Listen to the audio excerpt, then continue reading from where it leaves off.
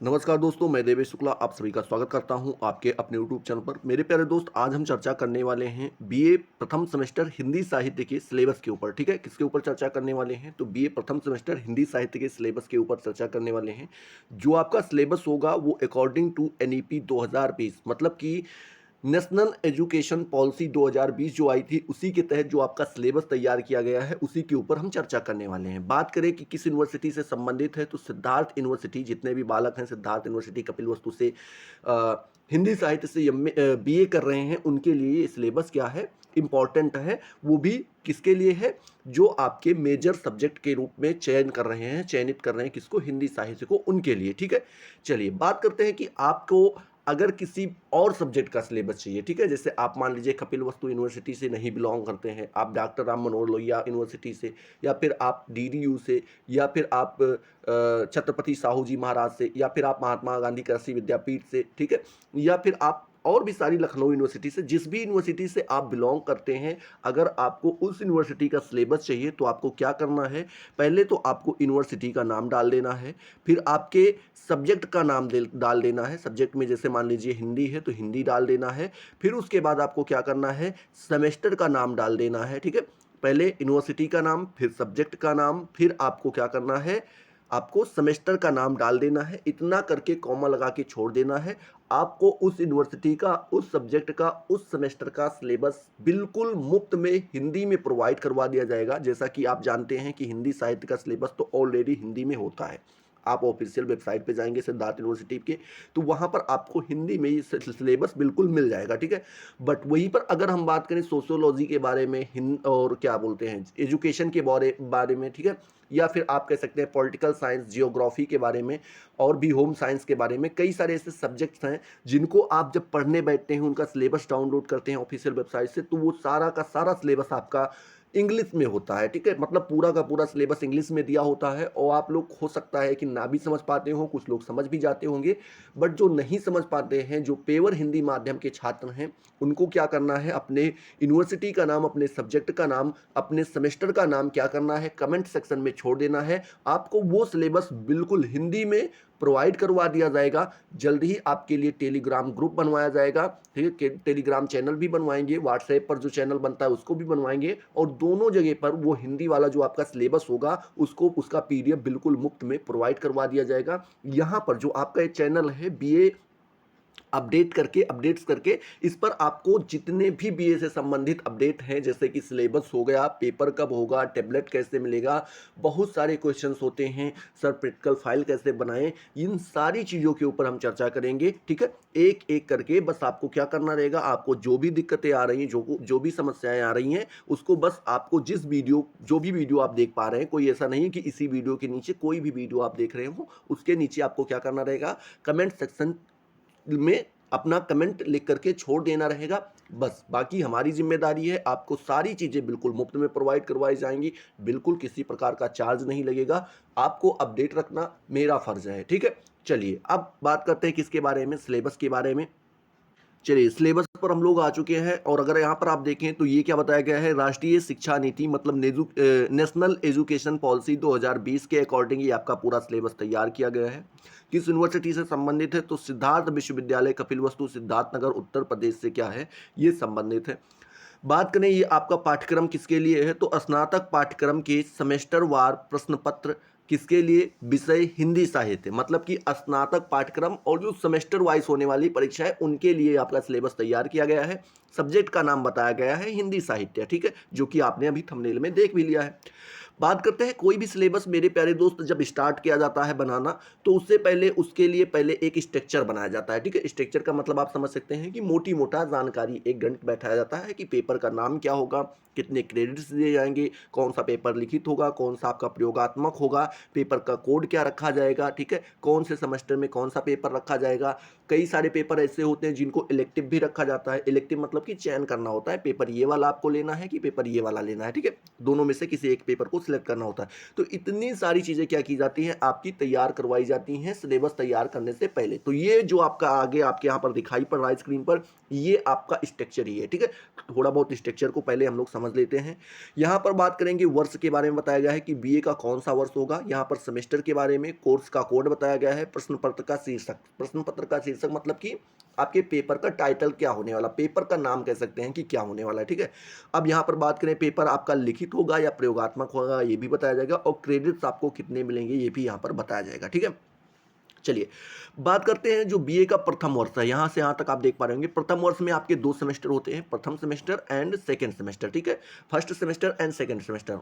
First year में 2 semester होते हैं, first semester and second semester. ये दोनों पेपर आपके क्या होते हैं, ये दोनों पेपर आपके अनिवार्य होते हैं। पहले पेपर का नाम बताया गया है हिंदी काव्य, और दूसरे का नाम बताया गया है हिंदी साहित्य का इतिहास, ठीक है। ये दोनों पेपर आपके क्या होंगे, फर्स्ट ईयर में दोनों पेपर आपके अनिवार्य होंगे। ध्यान दीजिएगा, जितने भी बालक हिंदी साहित्य को यहाँ पर मेजर सब्जेक्ट के रूप में ले रहे हैं, वही लोग इसको ध्यान में रखेंगे। माइनर वालों के लिए बनाया जाएगा अभी सिलेबस, वीडियो बनाया जाएगा, बट उसके लिए आपको कमेंट करना होगा कि सर माइनर वाला भी बना दीजिए, तो मैं बना दूंगा, ठीक है। यहाँ पर पेपर कोड भी आप देख सकते हैं, A010101T, ये आपके पेपर का कोड है, ठीक है। बात करते हैं, दोनों परीक्षाएं आपकी जो हैं फर्स्ट सेमेस्टर की और सेकंड सेमेस्टर की, दोनों परीक्षाएं आपकी लिखित होंगी, और दोनों पर आपको 6-6 क्रेडिट्स मिलने वाले हैं, ठीक है। इस तरीके से आप यहाँ पर जान सकते हैं। बीए फर्स्ट ईयर का आई होप सब कुछ क्लियर हो गया होगा, ठीक है। बीए फर्स्ट ईयर में जो प्रथम सेमेस्टर है उसमें आपको एक पेपर मिलेगा हिंदी का भी, जो आपको पढ़ना रहता है, लिखित पेपर होगा, अनिवार्य भी है। दूसरे सेमेस्टर में बात करें तो यहाँ पर आपको एक पेपर मिलेगा, कौन सा, हिंदी साहित्य का इतिहास। ये भी आपका क्या है, ये भी आपका क्या बोलते हैं, अनिवार्य पेपर है, ठीक है, अनिवार्य पेपर है। ये भी आपका लिखित होगा, और यहाँ पर भी आपको 6 क्रेडिट्स मिलने वाले हैं। आई होप फर्स्ट और सेकंड सेमेस्टर क्लियर हो गया। बात करते हैं बीए द्वितीय वर्ष के बारे में। बीए द्वितीय वर्ष में भी 2 सेमेस्टर होते हैं, तीसरा सेमेस्टर और चौथा सेमेस्टर। कौन सा, semester third end semester fourth, ठीक है। बात करते हैं जो आपका सेमेस्टर थर्ड है, ये तो आपका अनिवार्य होगा, मतलब हिंदी गद्य आपको लेना ही लेना है। बट वहीं पर जब हम चौथे सेमेस्टर में चले जाते हैं भैया, तो वहां पर आपको 2 पेपर दिए जाते हैं, और दोनों में से किसी एक का चयन करना होता है। जैसे कि यहाँ पर आप देख रहे होंगे, पहला पेपर बताया गया है प्रयोजन मूलक हिंदी, ये आपकी पेपर नंबर 1 का नाम है। या तो आप प्रयोजन मूलक हिंदी ले सकते हैं, या हिंदी में रचनात्मक कौशल। क्या, हिंदी में रचनात्मक कौशल, दोनों पेपर में से एक पेपर को आपको चयन करना होता है, ठीक है। समझ पाए ना कि सेमेस्टर 1 में आपका क्या होगा, अनिवार्य पेपर, सेमेस्टर 2 में अनिवार्य, सेमेस्टर 3 में अनिवार्य। 3 सेमेस्टर तक आपके सारे पेपर अनिवार्य चलेंगे, लेकिन जैसे ही आप चौथे सेमेस्टर में जाएंगे, आपके पास कंफ्यूजन बढ़ा दी जाएगी। आपको 2 पेपर में से किसी एक पेपर को चूज करना होगा, ठीक है। और अगर आप किसी कॉलेज से बिलोंग करते हैं, मतलब यूनिवर्सिटी से संबंधित अफिलिएटेड जो कॉलेज होते हैं, अगर वहाँ से आप पढ़ रहे हैं, तो कॉलेज वाले ऑलरेडी बता देते हैं कि कौन सा पेपर आपको सिलेक्ट करना है। बट वहीं पर अगर आप यूनिवर्सिटी कैंपस से कर रहे हैं, तो आपको क्या करना होता है, सिलेबस खुद ब खुद, पेपर का नाम खुद ब खुद चयन करना होता है, कोई ज़्यादा वहाँ पर सजेशन नहीं दिया जाता है, ठीक है। चलिए और ये भी पेपर आपका कैसा होगा, लिखित होगा, और 6 क्रेडिट्स आपको यहाँ पर मिलेंगे, ठीक है। आई होप आपका 4 का चारों सेमेस्टर क्लियर हो गया होगा, ठीक है। अब जैसे ही चौथे सेमेस्टर में आपने देखा, क्या देखा कि आपको एक पेपर चयन करना था, किसमें, चौथे सेमेस्टर में। वहीं पर बात करें जब हम 5वें सेमेस्टर, मतलब कि बीए थर्ड ईयर की बात करें, देखिए यहाँ पर तृतीय वर्ष तक दिया गया है, ठीक है। कितना, तृतीय वर्ष। जो आपका 5वां सेमेस्टर है, उसमें आपका एक पेपर तो आपका क्या होगा भैया, ये आपका अनिवार्य होगा। क्या, साहित्य शास्त्र और हिंदी आलोचना, ये आपका पेपर क्या होगा, अनिवार्य होगा। लेकिन 5वें ही सेमेस्टर में आपको 2 पेपर और दिए जाएंगे, 2 पेपर क्या किए जाएंगे, और दिए जाएंगे, दोनों में से किसी एक का चयन करना होगा। जैसे यहाँ पर देख पा रहे होंगे ना, पंचम सेमेस्टर, पंचम सेमेस्टर, ठीक है। अब ये 2 पेपर आपके, दोनों में से किसी एक को सिलेक्ट करना है। पहले पेपर का नाम है राष्ट्रीय चेतना का हिंदी काव्य, और दूसरा का नाम है, दूसरे पेपर का नाम है भारतीय साहित्य। तो या तो आप क्या करें, 5वें सेमेस्टर में एक पेपर तो आपका कंफर्म हो गया, कौन सा, साहित्य शास्त्र और हिंदी आलोचना, ये पेपर तो आपका क्लियर ही हो गया, ठीक है। इसको आपको सिलेक्ट करना ही करना है, सिलेक्ट नहीं ऑटोमेटिक को सिलेक्ट होता ही है, ठीक है।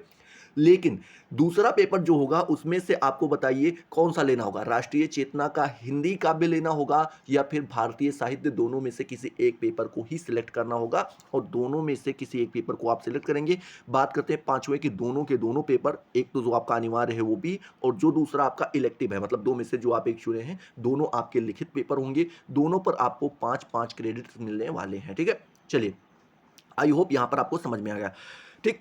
दोनों नहीं लिखित होंगे, जो आप यहां पर देखिए, पांचवा जो सेमेस्टर है इसमें पहला पेपर जो आपका है हिंदी राष्ट्रीय चेतना का हिंदी काव्य, ये तो आपका लिखित होगा। लेकिन जो भारतीय साहित्य है ये आपका परियोजना कार्य होगा। कौन सा होगा? परियोजना कार्य होगा। दोनों में से आप यहाँ पे ध्यान रखिएगा। इसी पर अगर हम बात करें भैया, क्या पांचवा सेमेस्टर हमारा क्लियर हो गया? छठे सेमेस्टर में भी वही हाल है। पहला पेपर तो आपका क्या हो गया?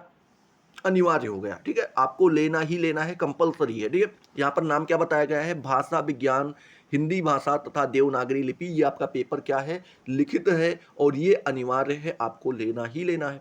वहीं पर बात करें इसमें जो दूसरा पेपर आएगा, ठीक है, छठे सेमेस्टर में पहला पेपर आपका अनिवार्य होगा। दूसरा पेपर जो आएगा उसमें से दो पेपर में से आपको एक को सिलेक्ट करना होगा, ठीक है। कौन सा? लोक साहित्य या तो आप ले या फिर अवधी भोजपुरी साहित्य ले। कौन सा ले? लोक साहित्य ले सकते हैं या अवधी भोजपुरी साहित्य। अगर आप लोक साहित्य लेते हैं तो आपका पेपर लिखित होगा, लेकिन अगर वहीं पर आप अवधी भोजपुरी साहित्य लेते हैं तो आपका परियोजना कार्य होगा, ठीक है। दोनों में बात करें तो जो आपका लिखित पेपर होगा उस पर आपको 5 क्रेडिट मिलेंगे और जो आपका क्या होगा भैया, परियोजना कार्य होगा, उस पर आपको 3 क्रेडिट मिलेंगे। दोनों में से आप जो मर्जी का है वो सिलेक्ट कर सकते हैं। आई होप आपका जो ये पूरा स्ट्रक्चर है ये समझ में आ गया होगा। वही पूरा निर्देश यहाँ पर आपको बताया गया है। अगर आप पढ़ना चाहें तो पढ़ सकते हैं, जो मैंने अभी आपको यहाँ पर आराम से समझाया है, ठीक है। चलिए, हाँ, यहाँ पर ये ध्यान दीजिएगा क्या बताया गया था, ये आप यहाँ पर देख लीजिएगा। क्या बोल रहे हैं? यह पाठ्यक्रम बीए में हिंदी का मुख्य मतलब कि मेजर विषय के रूप में क्या किया गया है, ये विद्यार्थी इसको सिलेक्ट कर सकते हैं। माइनर वालों के लिए नहीं, माइनर वालों के लिए फिर से बताया जाएगा, ठीक है।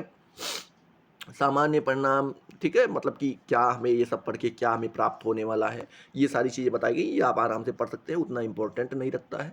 अब हम लोग चलते हैं सीधा सिलेबस के ऊपर, ठीक है।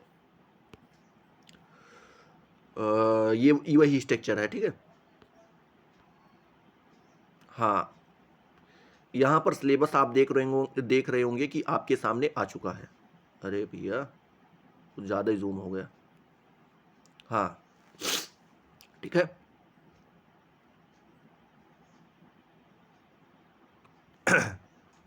चलिए, बात करते हैं कि हमारा जो यहाँ पर कार्यक्रम कक्षा कौन सा होने वाला है। तो बीए प्रथम वर्ष होने वाला है। सेमेस्टर की बात करें तो फर्स्ट सेमेस्टर होगा और विषय का बात करें तो विषय हमारा हिंदी होने वाला है, क्योंकि हिंदी साहित्य आप यहाँ पर नाम सुन चुके होंगे, ठीक है। पेपर का कोड यहाँ पर वही आपका बताया गया है, A010101T, ये आपके पेपर का कोड होगा, ठीक है। अब बात करते हैं पाठ्यक्रम का शीर्षक, मतलब कि आपके जो सिलेबस है, जो आपका पेपर है उसका टाइटल क्या होने वाला है। तो टाइटल का नाम होगा क्या? हिंदी काव्य, ये आपके पेपर का नाम होगा, ठीक है। बात करते हैं पाठ्यक्रम परिणाम, मतलब कि कोर्स को ये अगर हम ये पूरा सेमेस्टर पढ़ जाते हैं, ये पूरा पेपर पढ़ जाते हैं तो उससे हमें लाभ क्या होने वाला है, ठीक है। तो लाभ हमें यही होगा कि हिंदी भाषा और साहित्य की पृष्ठभूमि के रूप में भारत में अति प्राचीन काल से चली आ रही साहित्य लेखन की परंपरा से विद्यार्थी को अवगत कराना, ठीक है। मतलब बता रहे हैं कि जो हिंदी भाषा है या आप कहते हैं साहित्य की जो पृष्ठभूमि रही है, ये भारत में हमारे बहुत प्राचीन काल से चली आ रही, मतलब बहुत पुराने समय से चली आ रही है। उसमें जो साहित्य लेखन होता था, जो साहित्य लेखन की परंपरा थी, उससे विद्यार्थी परिचित हो पाएगा कि वो कैसे किया जाता था, ठीक है। साथ ही साथ हिंदी साहित्य के विभिन्न कलाओं के प्रतिनिधि कवियों की कविताओं का रसास्वादन कराकर हिंदी कविता की विशेषताओं और सामर्थ्य से उन्हें परिचित कराना। मतलब कह रहे हैं कि जो हिंदी साहित्य के बहुत सारे ऐसे कलाओं के प्रतिनिधि रहे, मतलब हिंदी साहित्य की कई सारी कलाएं हैं, उनके प्रतिनिधि करने वाले कई सारे ऐसे कवि रहे हैं। उन कवियों ने कई सारी कविताएं भी लिखी हैं। उन कविताओं का हम क्या करेंगे? रसास्वादन, मतलब कि उनको पढ़ाएंगे, उनको बताएंगे कितना रस भरा हुआ है, चाहे श्रृंगार रस हो, चाहे वियोग रस हो, चाहे जैसा रस है, सब प्रकार के, ठीक है, सभी प्रकार के रस उसमें क्या है, वीर रस, सभी प्रकार के रस भरे हुए हैं। तो उससे हम क्या करेंगे? छात्र को रसास्वादन, मतलब उनसे हम परिचित करवाएंगे। साथ ही साथ हिंदी कविता की जो विशेषताएं हैं उनको बताएंगे और उनमें जो सामर्थ्य है, हिंदी कविता में जो सामर्थ्य है, उनसे भी हम क्या करेंगे? छात्र को परिचित कराएंगे। टोटल ये सिलेबस पढ़ने के बाद हमारे पास यही आउटकम्स निकल के आने वाला है, ठीक है। आई होप ये सारी चीज़ें आपको यहाँ पर क्लियर हो गई होंगी। मोस्ट इंपॉर्टेंट इसमें क्या है? तो मोस्ट इंपॉर्टेंट भैया आपको देखिए, इस जो पेपर में है यहाँ पर आपको 6 क्रेडिट्स मिलने वाले हैं। पूर्णांक आपका जो होगा वो 25 + 75 मतलब 100 नंबर का होगा। 25 नंबर आपको क्या मिलेंगे? कॉलेज की तरफ से मिलेंगे। वो जो क्या तिमाही वाली परीक्षा होती नहीं, छोटी छोटी कॉपी वगैरह में लिखवाते हैं, 2-3 प्रश्न अपने कॉलेज वाले दे देते हैं और अपना बैठ के लिखना होता है, ठीक है। तो वो 25 नंबर वहाँ कॉलेज वालों के ऊपर डिपेंड करता है, वो कैसे दे रहे हैं, क्या दे रहे हैं। बाकी जो 75 नंबर है वो आपके लिखित परीक्षा पर निर्भर करता है। जब आप पेपर देने जाएंगे तो 75 नंबर आपके हाथ में होंगे, आप जैसा लिख करके आएंगे वैसे आपको नंबर दिए जाएंगे, ठीक है। अब बात करें भैया पास होने के लिए कितना जरूरी है, तो पास होने के लिए 10 प्लस 30 मतलब कि 40 नंबर होने आवश्यक हैं। 25 में से 10 नंबर आपको कॉलेज से मिलना ही मिलना चाहिए और साथ ही साथ आपको 30 नंबर आपके लिखित परीक्षा से, अगर आप टोटल 40 नंबर प्राप्त कर लेते हैं तो आपको परीक्षा में उत्तीर्ण घोषित कर दिया जाएगा, ठीक है, मतलब पास कर दिया जाएगा।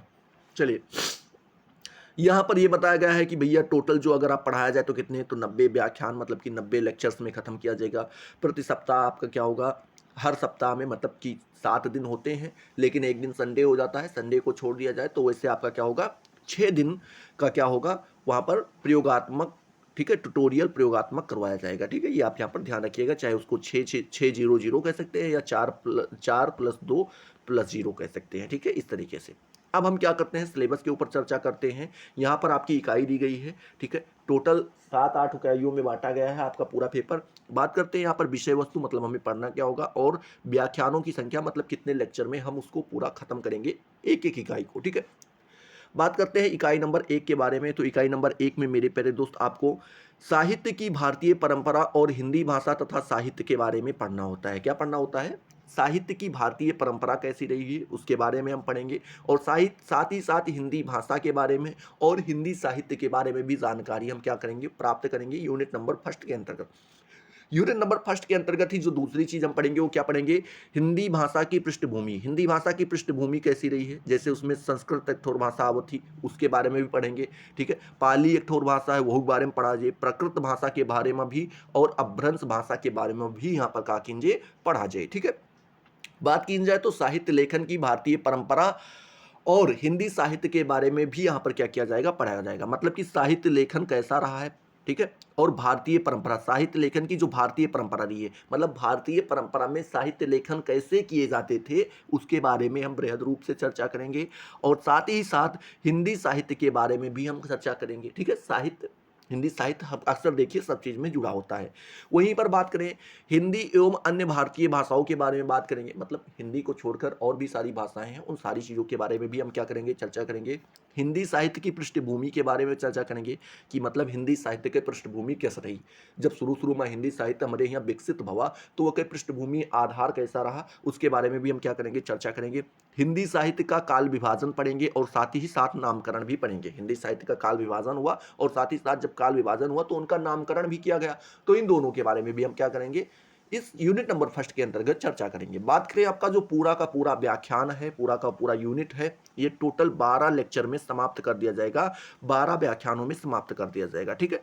चलिए अब बात करते हैं इकाई नंबर 2 के अंतर्गत हमें क्या क्या पढ़ना होता है। तो इकाई नंबर 2 के अंतर्गत हम आदिकालीन कवि के बारे में पढ़ेंगे, किसके, आदिकालीन। और आदिकालीन कवि के बारे में से केवल 2 ही लोग हैं जिनके बारे में पढ़ना है। पहला तो आपको गोरखनाथ यहाँ पर दिया गया है, का गोरखनाथ, और खा आपके अमीर खुसरो जी के बारे में, ठीक है। मतलब पहला गोरखनाथ जी के बारे में पढ़ेंगे और दूसरा आप अमीर खुसरो जी के बारे में। गोरखनाथ के कौन कौन से शब्दी भाषा, शब्दी संख्या 2 4 7 8 16, 2 4 7 8 16 तथा पद राग रामश्री 10 11 के बारे में हम क्या करेंगे, यहाँ पर पढ़ेंगे। और साथ ही साथ ये सारी चीज़ें आपको कहाँ पर मिलेंगी, गोरखबानी, संपादक कौन है, पीताम्बर दत्त बड़थवाल जी हैं। वो जब बुक आप लेंगे गोरखबानी लेंगे जो किसके द्वारा संपादित की गई है, पीताम्बर दत्त बड़थवाल जी, इन्होंने इसको क्या किया है, गोरखबानी को संपादित किया है। उसमें आप अगर पढ़ेंगे तो उसमें आपको शब्दी संख्या 2 4 7 8 16 और साथ ही साथ राम नहीं राग है, एक मिनट देख लें, हाँ राग रामश्री 10 और 11 के बारे में आपको क्या करना होगा, पढ़ना होगा। साथ ही साथ इसमें हम आलोचना का बिंदु देखें। आलोचना का मतलब आप जानते हैं बुराई करना, एक तरीके से सरल भाषा में अगर आप कहना चाहें तो आलोचना का बिंदु क्या क्या रहेगा। तो इसमें जो आलोचना का बिंदु पहला रहेगा वो कौन सा रहेगा, भारतीय समाज, जिसमें आपकी भारतीय समाज संस्कृति को गोरखनाथ की देन, मतलब ये ऐसा कहा जाता है कि जो भारतीय समाज संस्कृति है ये किसकी देन है, गोरखनाथ की देन है। इसके ऊपर हम आलोचना करेंगे। साथ ही साथ इस पे गोरखनाथ की कविताओं के बारे में भी हम क्या करेंगे, आलोचना करेंगे। 2 आलोचना के बिंदु आपके बताए गए हैं, दोनों के ऊपर हम आलोचना करने वाले हैं। साथ ही साथ यहाँ पर दूसरे कवि अमीर खुसरो के बारे में बात करें तो अमीर खुसरो की कौन सी, कव्वाली के बारे में हम पढ़ेंगे, ठीक है। उसके बाद गीत के बारे में पढ़ेंगे, फिर दोहे के बारे में पढ़ेंगे। कव्वाली कौन सी, कव्वाली घा 1, ठीक है। गीत कौन सी, अंगा 4, दोहा कौन सा, चा 5, पृष्ठ संख्या कौन सी है 86 पर, अगर आप देखें वहां पर आपको मिल जाएगा।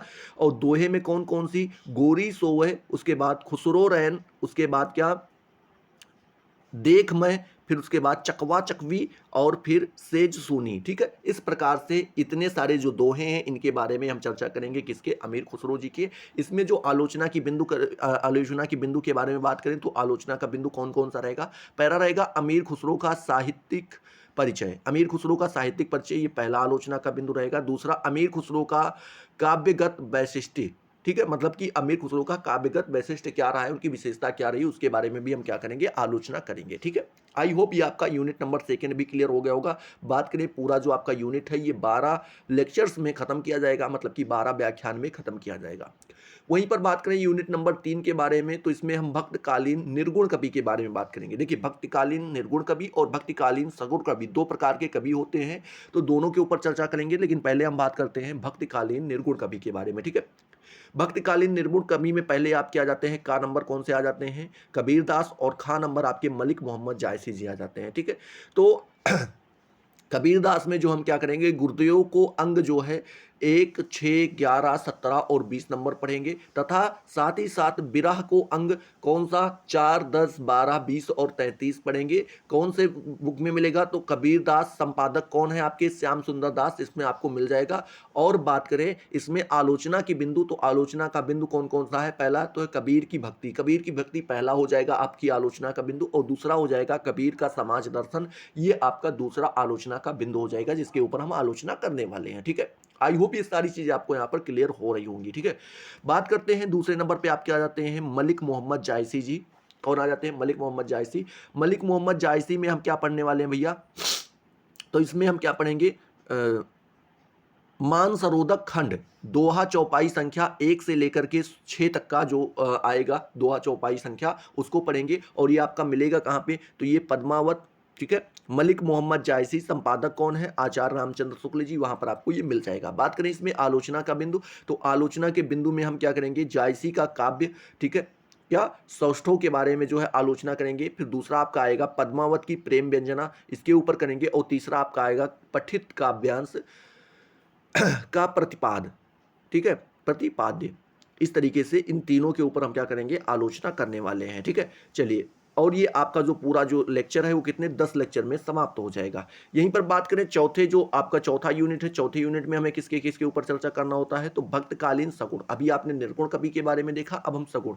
सगुण कवि में कौन कौन से आपके, का नंबर सूरदास जी आ जाते हैं, खा नंबर तुलसीदास जी आते हैं। सूरदास में हम क्या करेंगे, पद संख्या 7, 21, 23, 24, 26 को पढ़ेंगे, जो कि आपको भ्रमर गीत सार, संपादक आचार्य रामचंद्र शुक्ल जी की बुक में आपको मिल जाएगा। ठीक है, इसमें आलोचना का बिंदु क्या क्या होने वाला है, तो सूर की भक्ति और सूर का विरह वर्णन, ये दोनों क्या होने वाले हैं, आलोचना के बिंदु होने वाले हैं। वहीं पर दूसरे नंबर पे आपके कौन आ जाते हैं, तुलसीदास जी आ जाते हैं, जिसमें हम अयोध्या कांड दोहा संख्या 28 से लेकर 41 तक पढ़ने वाले हैं, जो कि आपको रामचरितमानस गीता प्रेस गोरखपुर में बिल्कुल मिल जाएगा। ठीक है, और इसमें आलोचना का बिंदु क्या होने वाला है, तो इसमें आपको तुलसी का समन्वयवाद, भक्ति भावना या फिर काव्यगत विशेषताएं, ये आपके इतनी चीजें क्या होने वाली हैं, तीन की तीनों चीजें आलोचना के बिंदु होने वाली हैं। बात करें पूरा का पूरा आपका जो यूनिट नंबर चौथा है, ये आपका 12 व्याख्यानों में खत्म किया जाएगा, मतलब कि 12 लेक्चर्स में खत्म कर दिया जाएगा। ठीक है, चलिए बात करते हैं यहाँ पर 5वें नंबर के बारे में। तो 5वें में हम क्या करेंगे, रीतकालीन कवि के बारे में बात करेंगे, जिसमें आपके का नंबर बिहारी लाल जी आ जाते हैं,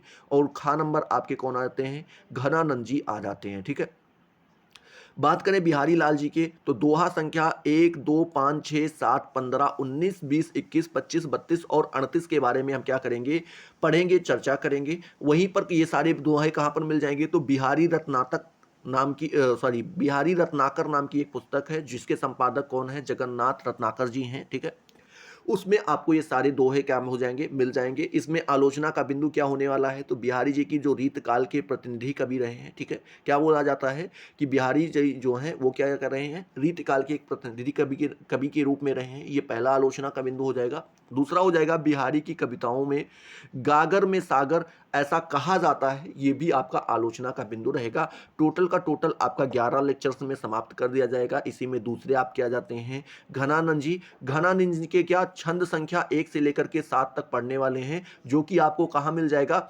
घनानंद कवित्त, ठीक है, क्या घनानंद कवित्त नाम की पुस्तक, जिसके संपादक कौन है, विश्वनाथ प्रसाद मिश्र जी हैं, वहां पर आपको ये सारी चीजें मिल जाएंगी। कौन सी, छंद संख्या 1 से लेकर के 7 तक। इसमें बात करें आलोचना के बिंदु कौन कौन से होने वाले हैं, तो पहला तो होगा रीत मुक्त काव्य धारा, ठीक है, और घनानंद। क्या, रीत मुक्त काव्य धारा और घनानंद, ये पहला आपका आलोचना का बिंदु होगा, और दूसरा घनानंद का प्रेम वर्णन, ठीक है, ये आपका क्या होगा, दूसरा हो जाएगा आलोचना का बिंदु। आई होप आपका 5वां नंबर भी यहां पर क्लियर हो गया होगा। अब हम बात करते हैं 6वें नंबर के बारे में। 6वां नंबर जो आपका यूनिट आ जाता है, 6वें नंबर यूनिट के अंतर्गत हम क्या पढ़ेंगे, आधुनिक कालीन कवि के बारे में बात करेंगे। कौन से आधुनिक कालीन, पहले आपके का नंबर कौन से आ जाते हैं, अयोध्या सिंह उपाध्याय, हरियोध जी आ जाते हैं, और दूसरे आपके आ जाते हैं खा नंबर मैथिली शरण गुप्त जी। कौन आ जाते हैं, मैथिली शरण गुप्त जी। अयोध्या सिंह उपाध्याय हरियोध के बारे में हम क्या पढ़ेंगे, कर्मभूमि एक कविता है उसके बारे में, और जन्मभूमि एक कविता है उसके बारे में हम चर्चा करेंगे। बात करें इसमें जो आलोचना का बिंदु होने वाला है वो कौन सा होने वाला है, हरियोध की काव्यगत विशेषताएं, ठीक है, ये पहला आपका आलोचना का बिंदु होगा। और दूसरा आपका क्या होगा, पठित कविताओं का प्रतिपाद एवं वैशिष्ट, ये आपके दूसरा आलोचना का बिंदु होने वाला है। यहीं पर बात करें मैथिली शरण गुप्त के बारे में, तो इसमें भारत भारती, जिसमें शिक्षा की व्यवस्था के बारे में हम क्या करने वाले हैं, पढ़ने वाले हैं। इसमें आलोचना का बिंदु क्या होने वाला है, तो काव्यगत विशेषताएं और राष्ट्रीय चेतना, ये दोनों आपके क्या होने वाले हैं, आलोचना के बिंदु होने वाले हैं। बात करें पूरा का पूरा लेक्चर आपका 10 लेक्चर या फिर आप कह सकते हैं 10 व्याख्यान में समाप्त कर दिया जाएगा। कहीं ज़्यादा तेज़ तो नहीं पढ़ा रहे, ज़्यादा तेज़ पढ़ा रहे हो तो आप कमेंट सेक्शन में बता भी सकते हैं। अगली बार से जो आपके पेपर बनाए जाएंगे वो थोड़ा स्लो स्पीड में बनाए जाएंगे, चीज़ें आपको बस समझ में आनी चाहिए, ठीक है। मेरा काम है सिलेबस को समझाना, अच्छे से आपको समझ में आ जाए, उसके बाद आराम से आप पढ़ाई कर सकते हैं। अक्सर करके सिलेबस समझ में ही नहीं आता है तो पढ़ाई कहाँ से शुरू किया जाए। और मुझे पता है कि जब आपको सिलेबस नहीं समझ में आता तो आप क्या करते हैं, इजी नोट्स ढूंढते हैं, कोई नोट्स मिल जाए, कोई क्या बोलते हैं सीरीज़ मिल जाए, जैसे कि आपके सिद्धार्थ यूनिवर्सिटी के लिए शायद यूपीएच करके कोई एक चलता है, और एक कौन सा चलता है, एक राजेंद्रा करके चलता है, दो शायद चलते हैं ना, तो दोनों में से कोई एक मिल जाए, उसी से पढ़ लेंगे। पता है मुझे।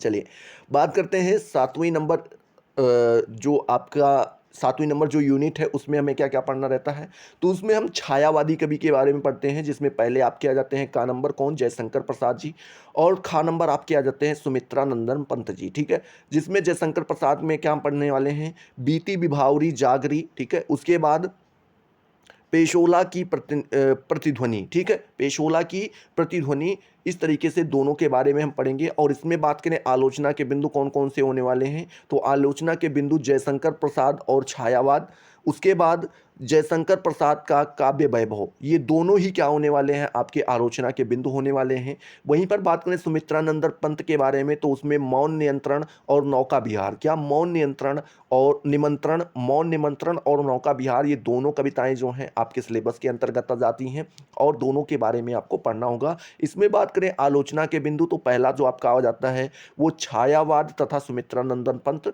दूसरा आपका आता है क्या, पंत का प्रकृत चित्रण, तीसरा आपका आ जाता है पठित कविताओं का प्रतिपाद और समीक्षा। ये तीनों ही चीज़ें आपकी क्या आ जाती हैं, आलोचना के बिंदु के अंतर्गत आ जाती हैं, जो आपको आलोचना इनकी करनी ही होती है। ये आपके 7वीं यूनिट में पढ़ना होता है। और बात करें 7वीं यूनिट पूरी की पूरी आपकी 12 व्याख्यानों में क्या कर दी जाती हैं, समाप्त कर दी जाएंगी, ठीक है।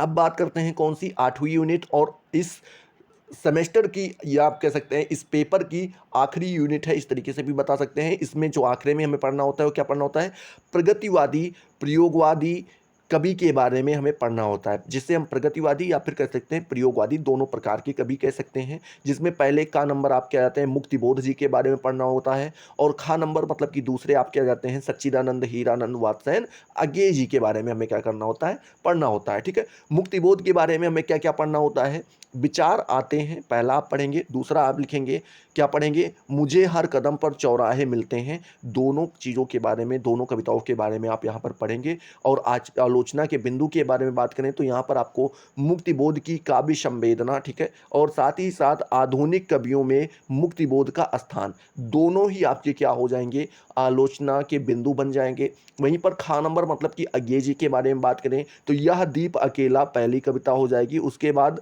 कलगी बाजरे की, ठीक है, मतलब कलगी बाजरे की, ये दोनों कविताएं आपको इसके अंतर्गत पढ़नी, अंग्रेजी की पढ़नी होगी, ठीक है, सिलेबस के अंतर्गत, मतलब 8वें नंबर यूनिट के अंतर्गत। और इसमें बात करें आलोचना का बिंदु कौन कौन सा है, तो आपका आ जाएगा प्रयोगवाद और अज्ञेयी, दूसरा आपका आ जाएगा अज्ञेय का काव्यगत विशेषताएं, और तीसरा आपका आ जाएगा पठित कविताओं का प्रतिपाद और वैशिष्ट्य, ठीक है। ये तीनों ही चीजें आपकी क्या हो जाएंगी, आलोचना के बिंदु के अंतर्गत आ जाएंगी, ठीक है। और बात करें पूरा का पूरा जो आपका सिलेबस है, वो आपका सिलेबस क्या कर रहे हैं, 8वां यूनिट जो है आपका पूरा का पूरा 11 लेक्चर्स में क्या किया जाएगा, समाप्त किया जाएगा, 11 व्याख्यान में समाप्त किया जाएगा, ठीक है। चलिए, अब यहाँ पर आपको निर्देश दिए गए हैं, आवश्यक निर्देश जो आप यहाँ पर पढ़ सकते हैं।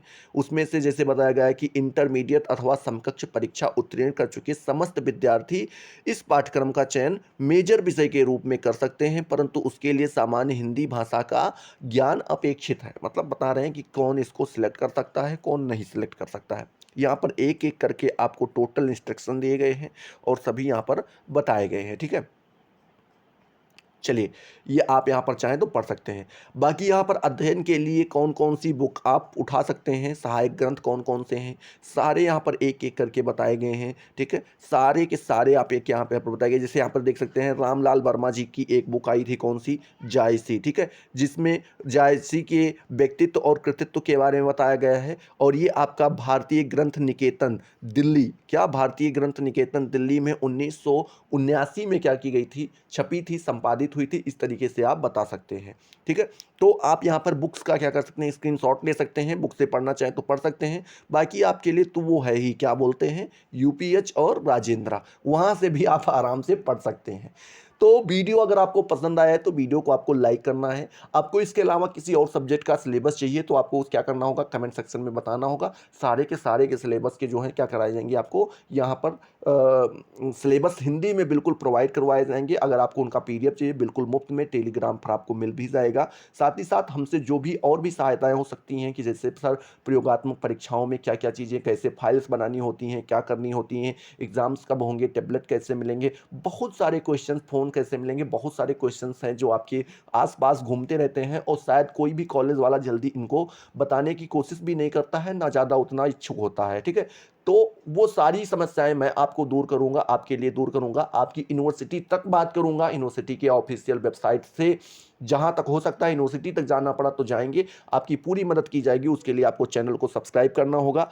बाकी मिलते हैं अगले वीडियो में नए जोश नए टॉपिक के साथ, तब तक के लिए जय हिंद, जय भारत।